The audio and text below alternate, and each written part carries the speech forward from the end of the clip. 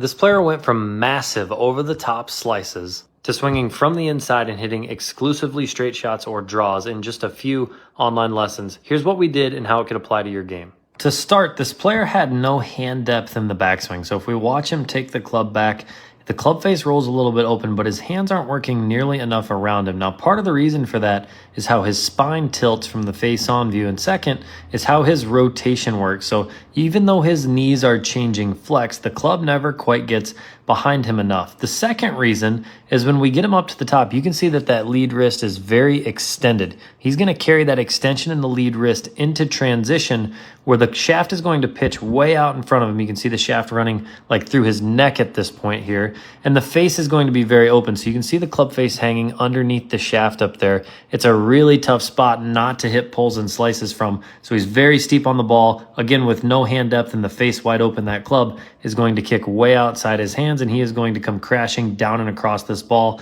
hitting a ton of pulls to the left and a ton of high slices off to the right.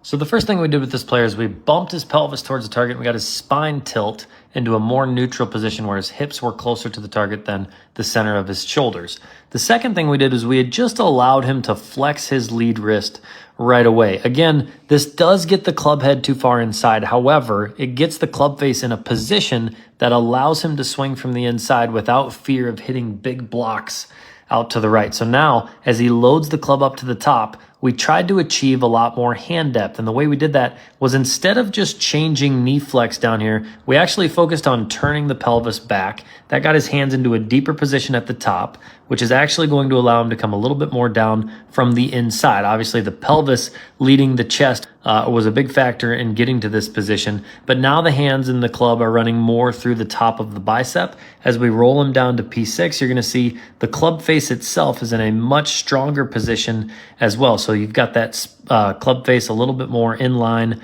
with the back, and his club head is just behind the hands here at P6, allowing him to swing a little bit more from the inside and get balls that start to the right and then draw back to the center line.